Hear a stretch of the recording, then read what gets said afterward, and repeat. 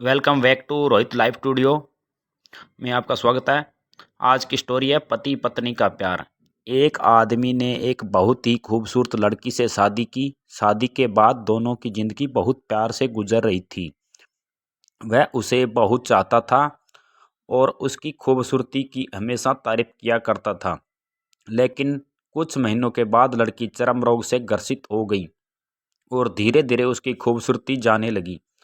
खुद को इस तरह देख उसके मन में डर समाने लगा कि यदि वह बदसूरत हो गई तो उसका पति उससे नफरत करने लगेगा और वह उसकी नफरत बर्दाश्त नहीं कर पाएगी। इस बीच एक दिन पति को किसी काम से शहर से बाहर जाना पड़ा। काम खत्म कर कर जब वह घर वापस आ रहा था उसका एक्सीडेंट हो गया। एक्सीडेंट में उसने अपनी दोनों आंखें खो दी। लेकिन इसके बावजूद भी उन दोनों की जिंदगी सामान्य तरीके से आगे बढ़ती रही।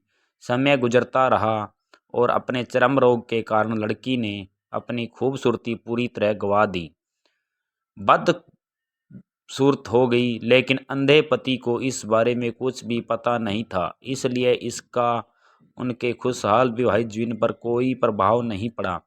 वह उसे उसी तरह प्यार करता रहा। एक दिन उस लड़की की मौत हो गई। पति अब अकेला हो गया था।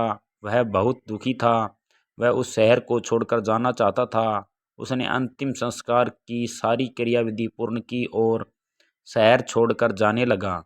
तभी एक आदमी ने पीछे से उसे पुकारा और पास आकर कहा, अब तुम बिना सहारे के अकेले कैसे चल पाओगे? इतने साल तो तुम्हारी पत्नी तुम्हारी मदद किया करती थी। पति ने जवाब दिया, दोस्त मैं अंधा नहीं हूँ, मैं बस अंधा होने का नाटक कर रहा था, क्योंकि यदि मेरी पत्नी को पता चल जाता कि मैं उसकी बदसूरती देख सकता हूँ तो यह उसे उसके रोग से ज़्यादा दर्द देता। इसलिए मैंने इतने साल अंधे होने का दिखावा किया। वह बहुत अच्छी पत्नी थी, मैं बस उसे खुश रखना चाहता था। इस स्टोरी से